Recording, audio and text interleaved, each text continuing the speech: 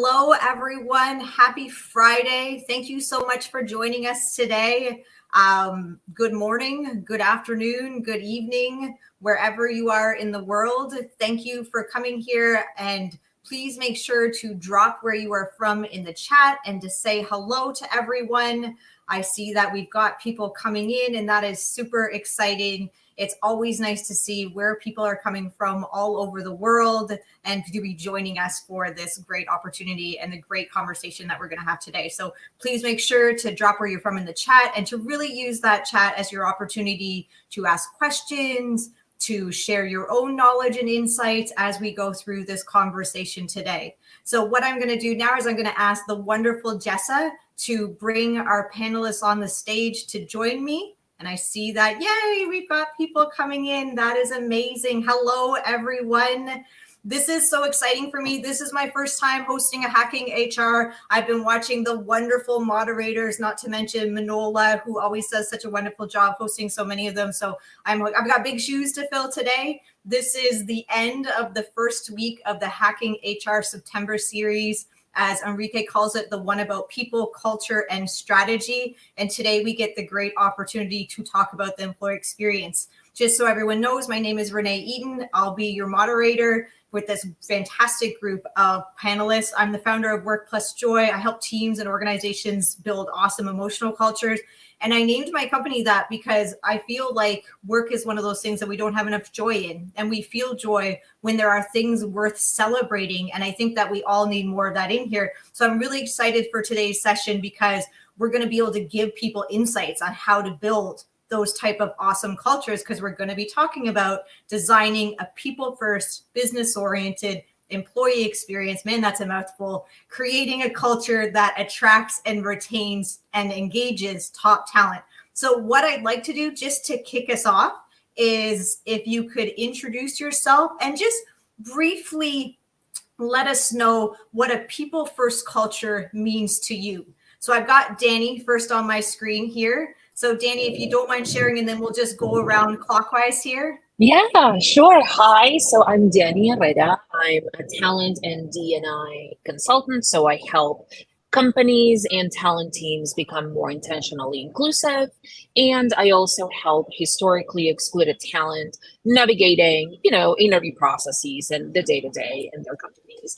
And what it means to be people first organization. I know that it's kind of obvious, but it's actually putting the people first and their needs and their individual requests and their accessibility first. And we are actually seeing a lot of that happening right now with the return to office mandates. And I'm sure that we will get to that in a minute, but it's basically putting our employees first and trying to finding a balance with what the organization wants and what they do as well. Awesome. Thanks, Danny. Deepti, do you want to go next? Thank you so much, Renee. Hi, this is Deepti Lewis. I'm from India. I head HR for Conviva in India. I've been in HR for over 20 years now and been on multiple hacking HR sessions, something I always look forward to. When it comes to the topic that we're discussing, I think it's just about being mindful about employee well-being. If we have our employees in a good place, we'll have our customers in a good place. We'll get great revenues and all of us will profit from it. And I think that's really the key to a successful business. Thanks, Deepti. Marnie, do you want to take over? Yeah, hi, I'm Marnie. I am founder of Vibe HRC, which is a culture coaching consultation company, tagline, people, ecosystems without stepping on your vibe, because every company has a different vibe and it's one to be enhanced, not stepped on. In regard to the topic, people first to me is really just the company acknowledging that by putting people on the forefront of every decision that you make and the way that you operate and the way that you build your business, it's going to make a successful company. So making sure that those decisions, whether they're financial related, operationally related, that those decisions are putting their people top of mind when making those decisions. So Jessica. Hi. Hello, everyone. Jessica Siegel, coming from Atlanta, Georgia. Happy to be here with all of you today. So I have a background in talent development, learning and development. Started on the path when I was 16 years old, got hired to open the second Panera Bread location in the country. And long story short, ended up doing all the interviews, hiring, onboarding, training, wrote the first training aids and employee manuals for corporate Panera in between my high school classes. And I was just like, yep, this is it. What do I go to college for? Just sign me up. Let's go. So I'm a bit of an anomaly that I knew at a very young age what I wanted to do professionally. Went to college, declared the major, never changed it, and have really stayed on that path for many, many years since then. When I hear about Renee's question of what do we do what do companies do when we're talking about a people first culture? The first thing that really popped into my head was that Richard Branson quote, if you take care of your employees, they'll take care of your business, or I probably butchered it, but something to that effect. And I think there's so much that we've seen in the past, 3.5 years since the pandemic of our personal and our professional lives are really being blurred, sometimes in a good way, sometimes in a not so great way. But it really kind of blurred the lines of we are who we are. And just because you walk through the front doors of an office doesn't mean that you're somebody different. So I think employers really treating people as their whole authentic, true selves at work, and understanding that work can affect your home life and home can affect your work life. But either way, you're a person that we need to show kindness and empathy to. And if we're taking care of you, we know you're going to do your best work and take care of the business. Love that. Thanks, Jessica. So are you the one that we can get deals on Panera Bread from? So unfortunately, I have been out of the Panera game for a while. My true claim to fame is I actually named the You Pick 2. That was me. If you've ever been to Panera, I named the You Pick 2 menu item. I did not get royalties because I didn't know what that was at 16, but I would definitely be retired now had I walked that path. Live and learn. Missed opportunity. Mindy, do you want to finish us off here? Of course, thanks. Mindy Honkoop. I'm a founder of Agile in HR, a fractional HR leader and advisor. And when I think of people first, just kind of building off what everyone else said, for me, it's how does an organization open the space for the employee to have a voice? How are they creating the space for them to be part of the designing process? Often we have the decision makers alone in the room making many assumptions. And yes, they may have people at the top of their mind, but often they haven't lived in a moment of that person's day. They haven't even spoken to those employees. So how are we actually allowing to open that door of the decision making, and how does the employee actually have a seat at the table? How are we actually checking in with them and knowing what is top of mind for them and tailoring a workplace environment in which they see themselves and in which they feel heard. They're a part of the solution. And that's that continuous improvement that we're starting to see within organizations that are excelling in the new ways of working. They are finding a way to be able to have those employee listening mechanisms, and they're trusting their employees and having them be a part of the designing process. I really love that, Mindy, because I think it really allows us to step into a bigger conversation around this. And we could probably talk all afternoon around designing, people first cultures and the employee experience. But I'm going to throw this one out here just to get us going. What are some aspects or features or parts of the culture that would let an employee know, or a potential employee know, that a culture was people first? So what are some specific things that might give them the indication that this culture is really one that puts people first? What are some examples that might be out there? And it's fair game now. Unmute, battle over it, build off of one another. Yeah, I can jump in with just devils in the details, right? And the first people first approach to me or best practices is listening, but not just listening, but paying attention. So when a candidate walks through the experience And through the interview process, they mention that they have a particular hobby or that they have a preference of what kind of swag or items they want, and they get their welcome box, and it's actually tailored to them. It doesn't even have to cost a lot of money, but if that welcome box is tailored to what you learned about them through the interview process, it's really establishing, oh, this is a company that's really thinking intentionally about the people who are entering the workforce. And then that goes through the entire employee journey. You know, what does your first impression in onboarding look like? Is it more than just a few check boxes, but are you taking time to get that person socialized with the rest of the team and the organization? What are the values? What is the purpose of the organization? So right off the bat in the employee journey, that's where I think you can make the most impact on letting your potential and new employees know that you're people focused and people first, and it really sets the trajectory for the rest of their employee journey with you. That's great. Some of the things that I've experienced and also would encourage is for other interviewers to talk about culture and not HR, and give the candidate an insight into what it means to work in that organization.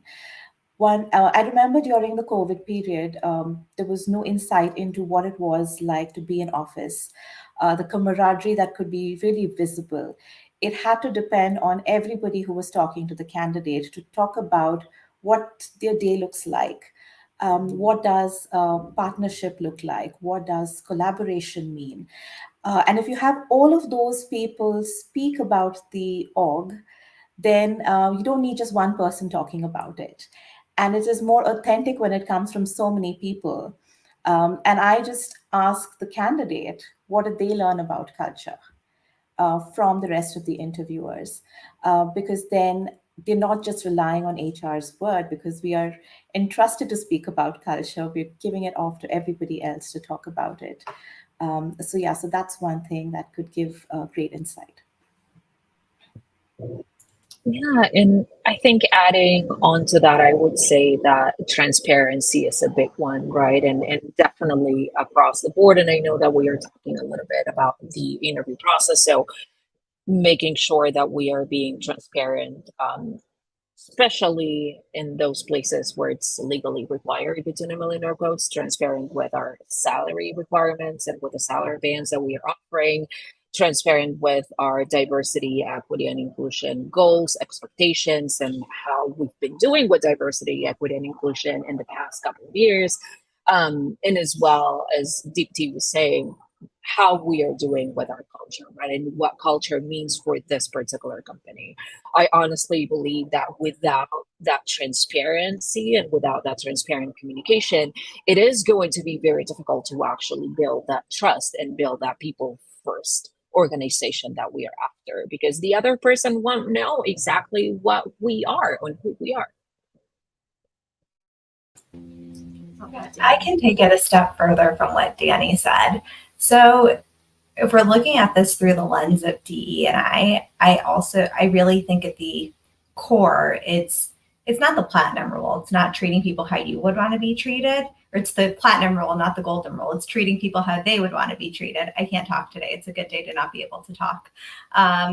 So I think at the end of the day, it's also at the core of the HR functions and your policies and procedures, and how are those written, and what autonomy do those give your employees?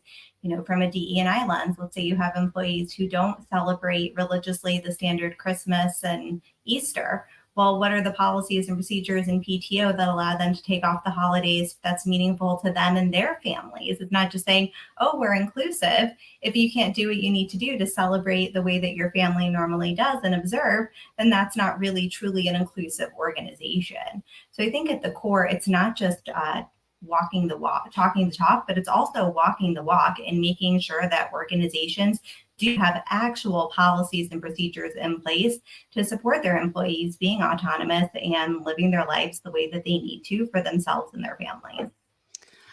I love what Jessica's just said. Is very similar, and I think you can actually see that, as a candidate, if you're able to look at like kind of what are the benefits. These things will show through. I think some of the newer organizations that truly want to trust employees and have benefits in which they have agency to choose, you're going to see more things like flexible spending accounts versus we just have a Fitbit or we just have a Headspace. We actually have a monthly stipend that you're able to use and select the actual benefits that are going to help you at the moment that you need it. That's just one very specific example, but those things are going to show through every moment that you're interacting with that company.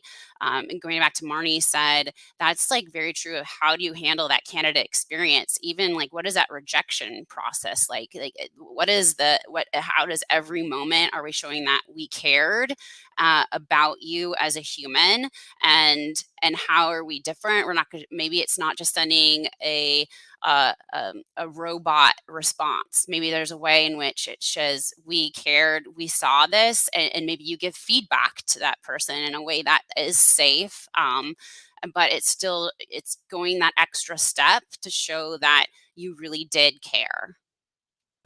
I love that. Such great insights just there. I having such a hard time on this side of it because I don't have the little emoticons to like do hearts and thumbs up on all of this stuff. I keep looking for them. I love that we're getting into some of the specifics around what we can do to build these people first cultures within the employee experience. With the experience that you have and from the perspective of what you've seen, what do you think top talent is looking for these days when it comes to joining an organization? What are the things that might be at the top of their list when they're going through their job searches, when they may have a headhunter that has come forward, a recruiter to talk to them? What are some of the things that they might be looking for when they're examining organizations? I work in a tech company where one of the biggest reasons why people join us is the cutting edge technology that we work on. And given that we are a relatively smaller organization, it's the visibility and also the autonomy that folks get. And I think that's a lot of questions that I get. There's a lot of questions that I get around these pieces. And the other is the purpose. What are we trying to do? What is the problem that we're trying to solve? And does that connect with the individual? And I think once it connects with the individual and they truly believe, then it's easy to convert that person into an employee and also have them stay because they connect with that purpose.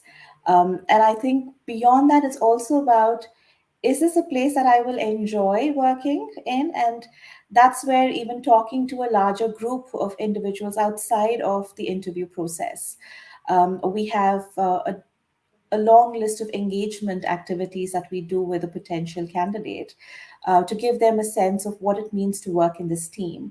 And that gives them an idea of, yes, I probably will enjoy working with these set of people. They're a brilliant set of people. I am going to learn from them. So all of these really get the person into an organization. I can chime in from more of the candidate perspective. So I'm in job search mode right now, in addition to running my own LLC and actually leading a job search group of about 25 HR professionals, all mostly learning and development and talent management, a few TA. And I would say the top two things that candidates are looking for in companies right now are stability, because you have so many people who either you had the rug pulled out from you, your partner, your sibling, and there's just so many people that have been on the layoff trajectory lately. And it's a scary experience. So whether it happened to you or somebody really close to you, it just hits different. And I think the second thing that people are really looking for is some level of autonomy. You know, they want to be trusted to do their jobs. They want to have choices that they feel like they're empowered to do their jobs and do them effectively and efficiently. I think a lot of the other things that we could talk about are not necessarily important across the board. That, you know, people would rank things like culture, compensation, do you work from home versus in an office, everybody would have their own order of how they rank those items, and nobody's right and nobody's wrong. It's a matter of what is right for that individual. But I think the two big things are, number one, stability. That's the tagline for my search. Stable is sexy. And then also just some level of autonomy.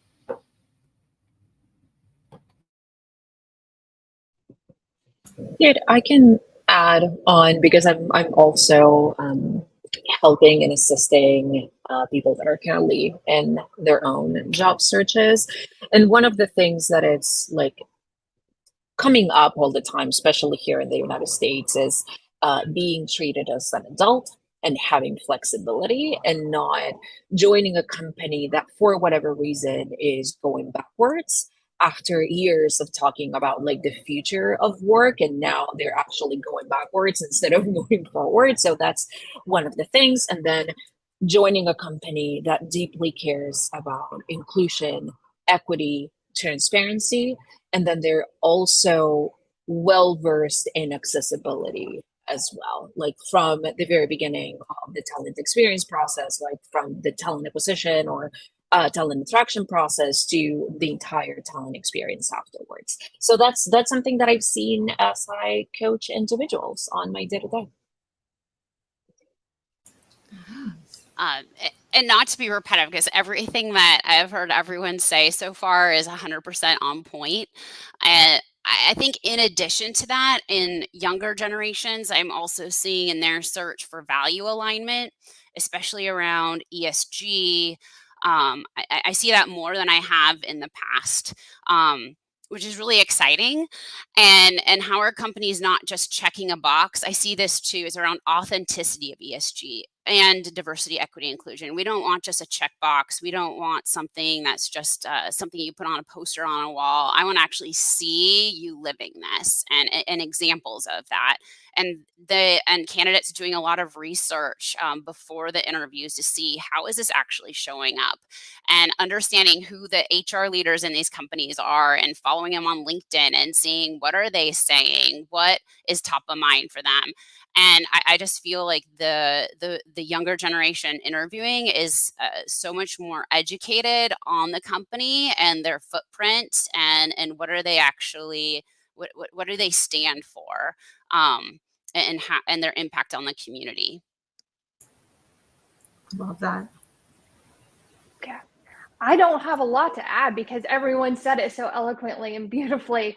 I've predominantly worked in the startup or small tech space. So I would say, kind of adding on to what Jessica was saying, product market fit is a big deal.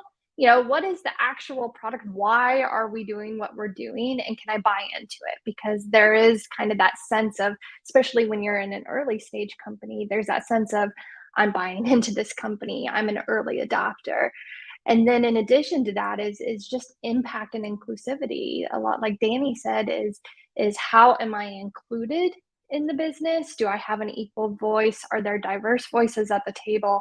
And how am I actually having an impact on the trajectory of that business? And I think top talent's really looking for that is, how am I actually impacting the business that I'm joining? And does it align, just like Deepti said, with my purpose? Is that something that I can connect with? I love all of that. There's so much great things in there. Just to flip it a little bit on its head, because part of the conversation is also about retaining top talent. Is there anything outside of what we just discussed there that you think would cause employees to want to leave an organization? So your top talent is, they've been attracted to an organization maybe for these reasons, but they're exiting because of some that we might not have discussed. I can go ahead. As Marnie kind of spurred me to think of something, especially within startups that I've seen. And in startups, if they start to, you have founder-led organizations, if they start to feel some level of uncertainty, if they don't have the right support network or the right advisors or the right coaches, they can often go into micromanagement and start to really get more controlling, which can can be a shift for employees that kind of joined in and they're all collaborative, and then all of a sudden they can start to feel like it's more command control. Also, I've noticed people leaving startups where these leaders feel like they have been able to convey a clear strategic focus, but it's gotten lost. The communication isn't getting down to the individual contributor, or they've pivoted so much that there actually isn't alignment, and it feels like it's shifting every day. And so how can we just kind of go back to some of those basics? And I do find with a lot of startup founders, making sure that they have the support network themselves, so they're not getting burnt out, that they're being able to, how am I communicating my vision and that strategy, and how am I bringing everyone along with me, and being able to maintain that great startup feel that I had, and be self-aware that when I'm starting to feel uncertain, that I'm not leaning into scarcity mindset, but staying in abundance, and being able to create that trusted space, and know that I have a team for a reason. Yeah, and adding on to that, I would say that breaking trust is huge, right? Especially when during the interview process, like say that the company was huge and talking about like their diversity and inclusion efforts and their purpose and all of those things that we've actually seen happen back in 2020. If those efforts or those communications were actually performative, the talent will be able to notice very, very quickly. And when we break that trust, especially for historically excluded talent, the talent will leave as fast as they possibly can. And that's something that we've seen happen as well. Like after 2020, especially in 2021 and 2022, like now, of course, the situation is a little bit different due to all of the layoffs, but breaking the trust after making a big commitment to diversity, equity, and inclusion is something that I've seen happen a lot. I can jump in quickly. I think going off of what Danny was saying with trust being broken, especially in the past three and a half years, where it's just been rapid change in the world around us and rapid change in so many organizations. You have talent who walked in the door in 2018, 2019, and they were comfortable with what was happening in the organization and the reporting structure and what was in their portfolio. And then a lot of businesses made drastic changes, whether that was in the form of a reorg or a RIF or changing the business model or the priorities to meet the needs of the shifting market. Whatever the reasons are, businesses are changing drastically at rapid pace, and it feels like that's happening more frequently and faster than it ever did before. So all of a sudden, the earth is shifting under our feet, and we may or may not be okay with that new reality or that new priority or that new reporting structure or whatever it is. So I think that's really the biggest change. And yes, trust can be broken, and there could be a number of things that are, I guess, ripple effects of all of these changes that organizations are really truly going through. But I think top talent knows that there are things that will stabilize over time, and there's things that this just might be I hate the term the new normal, but it might be the new normal where you work, and you're either on board and okay with that or you're not. And if you're not okay with it and you know it's not going to change, then exiting the organization probably is the right decision for you at that point in time. To add to that, I agree on the purpose changing. What you thought of when you joined and what you aligned with when you joined, that changes over time, and then you don't believe in it anymore. I think the other big factors is, are the leaders who work with me, are they invested in my career? Do they provide me with the right learning opportunities? Am I given opportunities to grow and to be more visible, to create more impact? I think top talent really looks for that. Visibility is a great way to retain your top talent, and if that isn't there, then you will definitely see attrition. Yeah, it's everything, right? I'm getting the benefit of being the last last to speak on this one too. But the one thing that popped into my head, especially as Mindy started, and then we started, capitalizing on some of these conversations, is when the world shifted, a lot of leaders became a bit jumpy, a little skittish, and then they forgot the people first aspects of their business. So, the listening, feedback loops all of a sudden were, hey, we're still gathering feedback, but we're not really acting on it because the world's chaotic right now. And I think that lends to Danny's trust, mentioned, and to Jessica's as well. And so I think the culmination of what I'm hearing is adaptability and resiliency. It's top of mind, right? When these leaders, and it's a lot with training leaders to be more adaptable and resilient in the face of change, because guess what? Change is coming. But as leaders, how do we maintain our composure? We iterate, we move, and we help remove roadblocks for our team. We help give them the growth and impact that they desire while still acting to the external environment. Otherwise, top talent is going to get skittish themselves, and they're going to move on. Do you think, Marnie, that great points all around? Do you think, and to everybody at this point, do you think leaders currently have the skills, I'll say the skills, but also are being supported in their environment to be able to take that people first approach? Because we talk all the time about listening and feedback, and one side of it is skills. But the flip side is what we talked about here, constant change, which can be very overwhelming. And when we feel overwhelmed, sometimes we get locked down and have a difficult time seeing outside ourselves. So being able to give our people what they need in those moments. So I'm just going to throw that out there. Just, do we think that leaders have those skills and an environment that supports them to be able to create that people first side of things? And that's such a good question.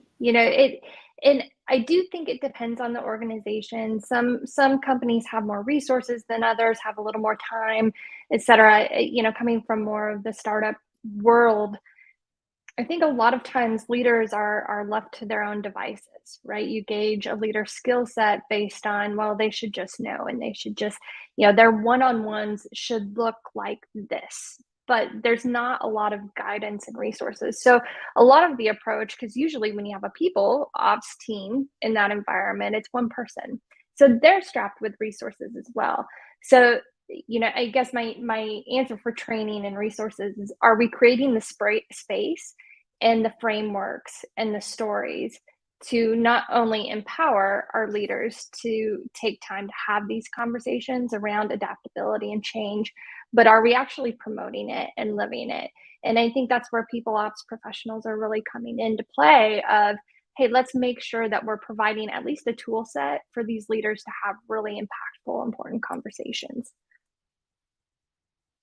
I can chime in on one quick thing. So I think the other layer of this that we didn't get into is retaining top talent in this age of the world constantly shifting. I've talked to so many leaders and worked with so many leaders who feel like their influence and their opinion doesn't matter when the world is shifting. And there's all these things that are negatively impacting their team. And then all of a sudden, 5 people on their team resign, and then 10 people on their team have resigned. And then their team is in turmoil because they don't have enough people to do the work. And you may or may not be able to backfill those roles because of a hiring frost or a hiring freeze. So I think that's really a key thing right now of top talent feeling like their voices are heard with the executive leaders of their organization. So as decisions are being made that are going to impact the organization and the team at all levels, that they feel like they can protect their teams. I've had coaching sessions with leaders who are in tears and just saying these decisions were made. I was not consulted. I rose my hand in the 11th hour and said, this is the bad direction. This is the bad decision. Here's going to be the implications of that choice. I was not listened to. It played out exactly the way I thought it was going to. And now my team and the organization's in turmoil. I can't stop it, and I don't know how to recover from it. So I think really those top talent really feeling like their opinions are not just heard, but they're really being listened to and taken under advisement and consideration is really, really key in this world of change right now.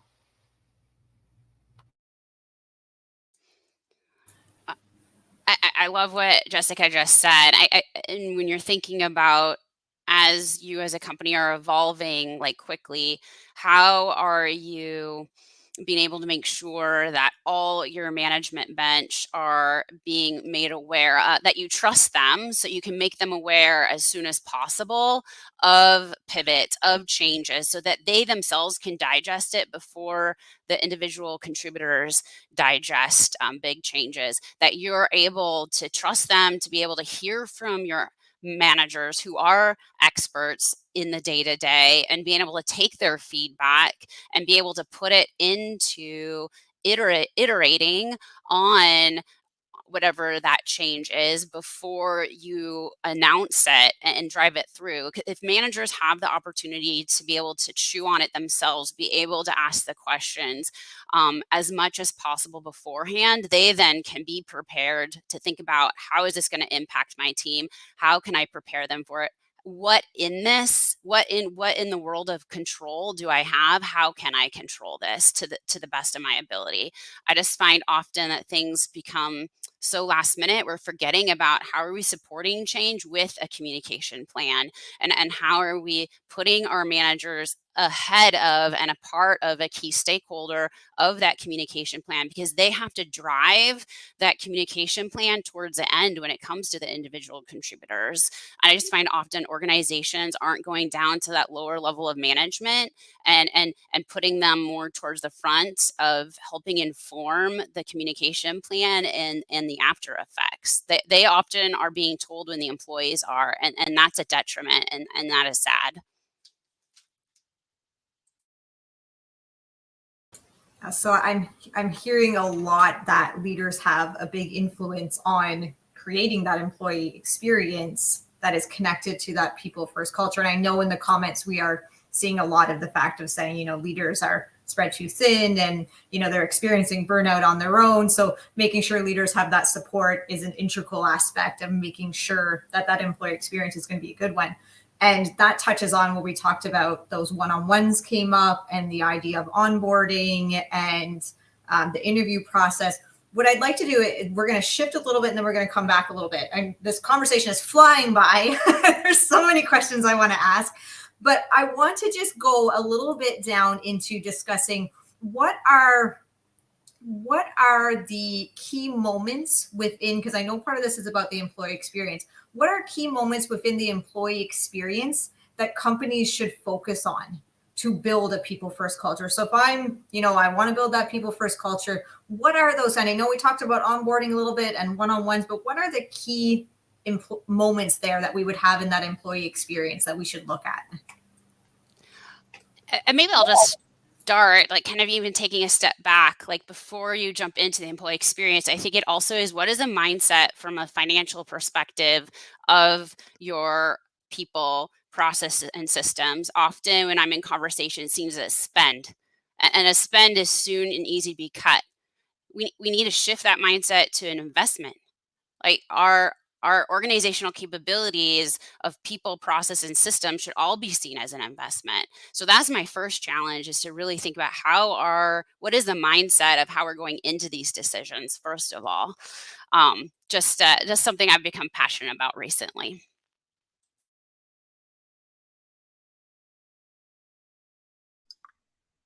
Oh, so good. Yeah, it is. It's absolutely an investment. I'll take it a little different. I think of performance management. That's been a huge shift as far as moments and being people first. Historically, performance management was very backward looking, very metrics. Did you pass? Did you not pass? And how does that pertain to your raise? And so I think a really important mind shift from into a people first organization is, how do we actually coach and become more forward looking in our performance? And that if we can have performance conversations that are more frequent, that are more forward looking, more growth oriented, that inherently establishes not only trust, but innovation, creativity. Mindy brought up, scarcity versus abundance mindset. That's a huge piece of it. How do you get your team into thinking into an abundance mindset versus just keeping their head above water? So performance management to me is just top of mind, of like, it's right there in the middle of the employee experience, and something that can be tweaked relatively painlessly. Love that. Any other takers on this one? And I think, of course, we've been talking about it from like the talent acquisition point, the onboarding point, and of course, Marnie was talking about like the performance management point of view. But something that we sometimes forget to talk about is actually the exit process and the exit interview, because those meetings and that data actually gives us so much information on what is working and what isn't working within the organization or with that particular team or that particular manager. And something that never ceases to amuse me is how many organizations do not even look at exit surveys data at all. It's just like something that they send over email as a link for the future former employee to fill in, and that goes into a void that no one actually reviews. And that is very valuable information. Of course, you can't do anything for that person that is currently leaving, but you can use that information to improve the experience of everyone that is still on your company or that particular team. So that's something that I feel that we sometimes overlook. I think the other piece is also around how do we celebrate each other's religious cultural festivals. India is such a diverse country and it has so many different festivals. So how do we ensure that we're giving each of those different religions the opportunity to shine within the organization? Are we looking at our policies and processes to see whether we're accommodating for different individuals and their needs? And I think it was touched upon earlier in this conversation around time off for a religious festival that probably not everybody celebrates, but then there are a few that celebrate. How are we really looking at different communities within our organization? How are we treating people with disabilities within the organization? I think when people look at how you're treating another individual, that builds the connect. Whether they're experiencing it personally or not, they just see how the experience is for the other person, and that's reflective of the culture as well. Yeah, I think the biggest thing with employee experience is people want to be treated like people. They don't want to be treated like a cog in the wheel. And I think it's really important that as leaders, we get to know our team and understand what people's different needs and desires and pain points are, and figure out how we can help with their needs and desires as far as, development, portfolio, things that they may even need at work to help their life outside of work, but then also help to address their pain points. I'll never forget, years ago, I was working for a foundation and ended up doing a lot of revenue management and had a lot of revenue that I was bringing into the organization. And every piece of revenue I brought in, whether it was $50 or $10 million, that was about the spread of what I was bringing in.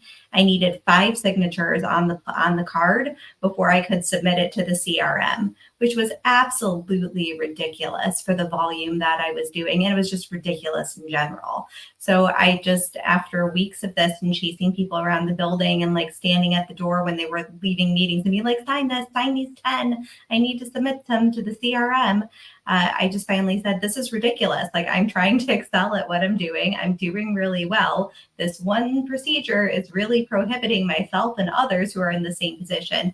Why do we need 5 signatures? Can we just put aside the ego and the politics, because that's really what it came down to, and tone it down to maybe 1 signature or 2 signatures? Like, this is just ridiculous. So having those leaders who can really support you, whether it's something, a small change like that can have huge impact, or even a bigger change, but either way, making sure that you're understanding people and helping to address or at least acknowledge their pain points and really support them how they need to be supported.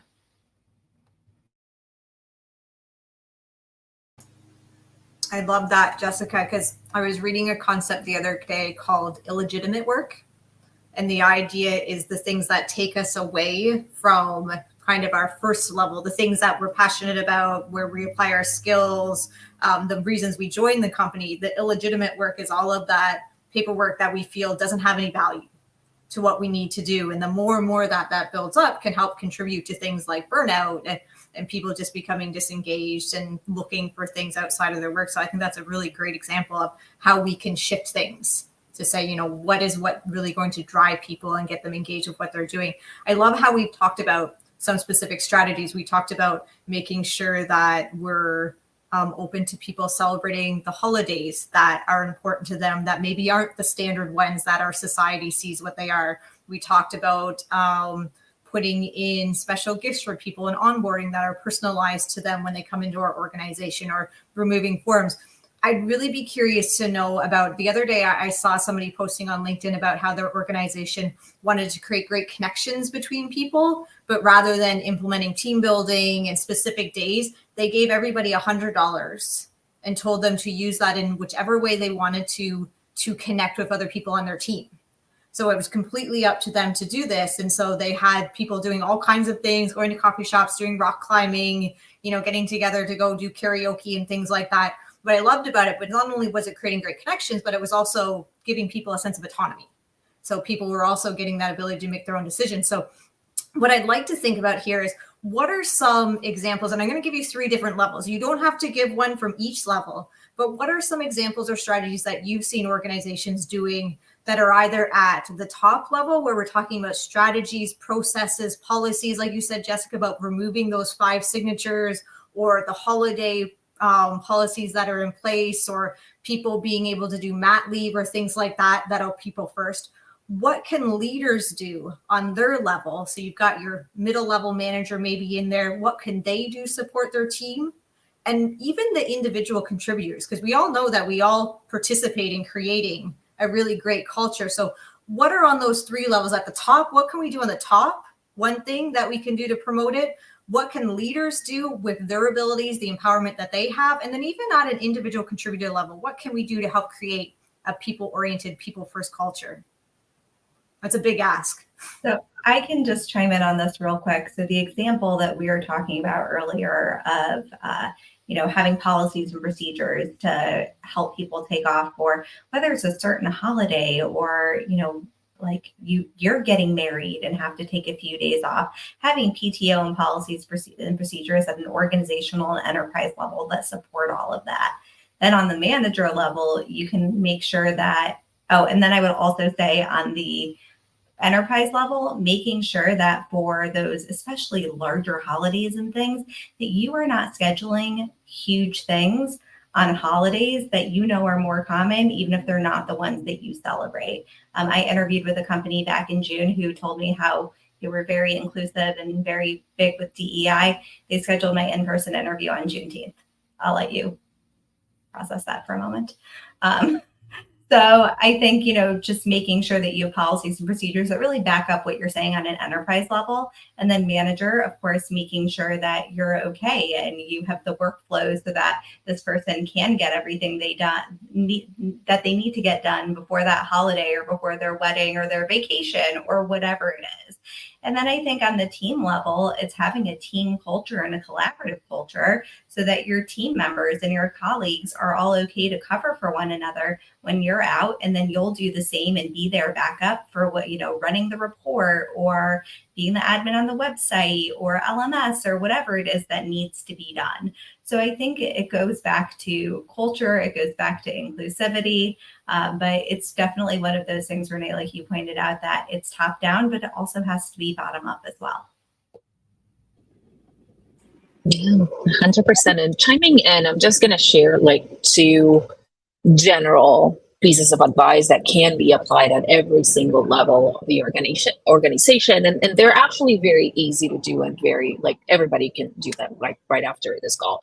So one of them actually is relatable to everything that we were talking about, like the religious holidays or the bigger holidays. So one of the things that we can do, and again, this is very easy to do, is especially if you work with multicultural teams or multinational teams, is upload to your own calendar everybody else's holidays and religious observances.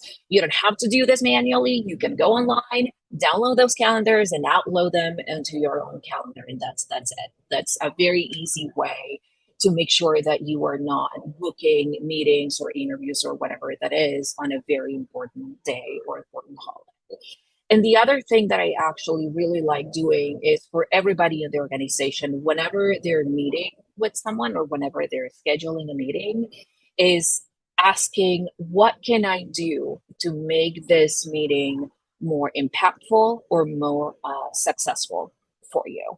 And that actually opens the door for the other person, if they want to share if they have any accessibility requests. Maybe they want to have subtitles on, or maybe they want to meet very early in the morning because they have something else going on at the end of the day or whatever that is, or maybe the time difference. So I think that those are like very two easy things that we can do. And again, they're not at the process or system level, but they're small things that we can all do that can feed into the culture at the end of the day.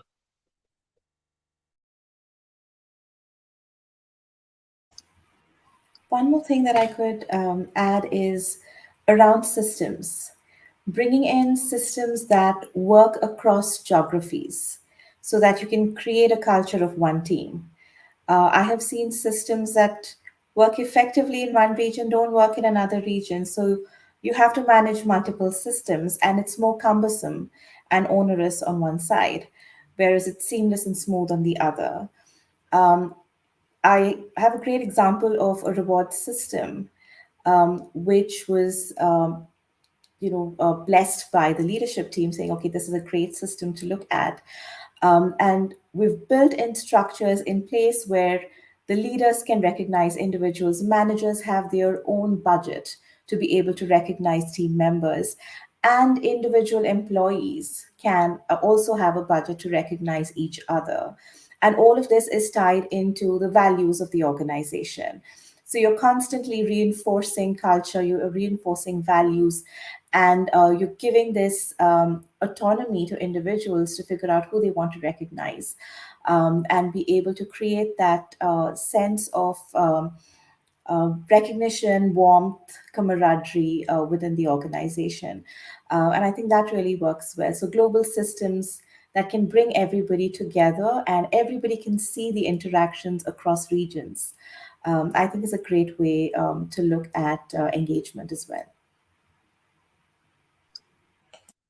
Yeah, I really love what Deepti said about everything. I think just to add on to that, from a system standpoint, from a top-down approach, being able to just set up the system to have representation from your team, and that can be in the form of ERGs. It could be as simple, maybe you're super small, so as simple as a people first group that's going to be able to speak on behalf, because leaders don't know everything. They're not experts in everyone's lives, and so I think being able to set up the systems to where you're hearing and you're getting representation from your team is super important from a top-down approach. And then, yeah, from an individual contributor standpoint, get involved in whether it's the ERGs or the feedback, or how does a company's purpose or values align with your role, and helping provide the language and the vernacular around that is super important, especially for those people who we said want impact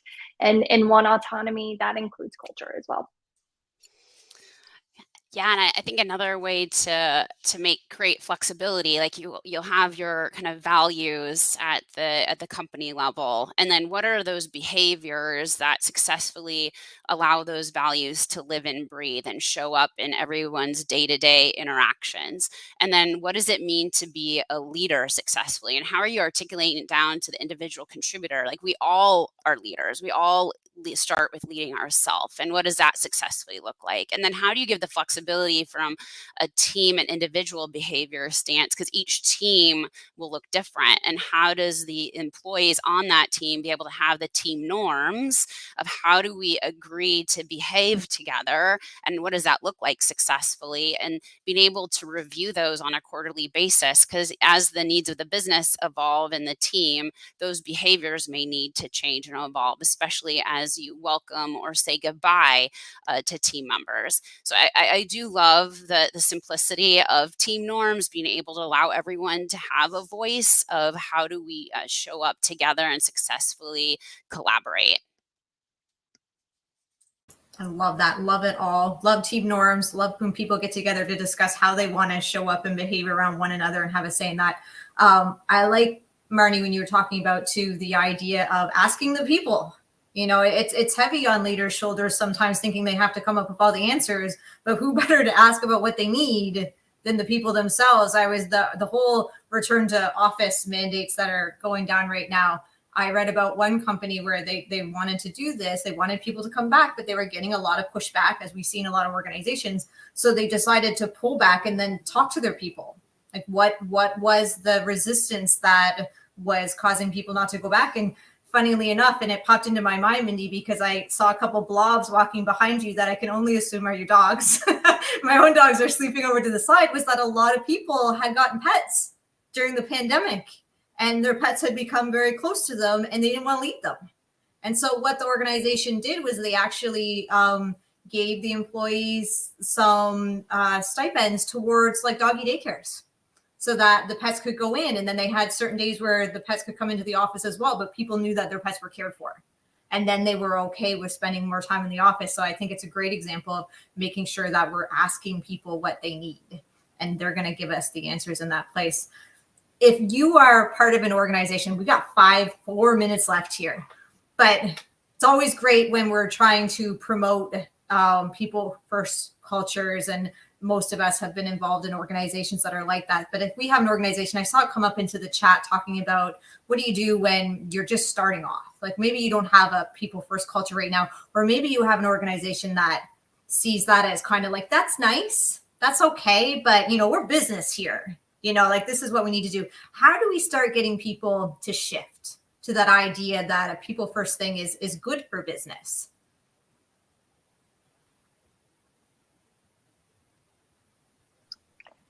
I always case studies. It worked for so and so. It can work for you, especially if it comes from a reputable, whether it's a academic study, HBR, you name it. That's always been my go-to, particularly with dealing with a company. Is this is the academic research. This is the data and statistics on ROI, on organizational health, et cetera, to be able to at least create a wedge with the people first conversation.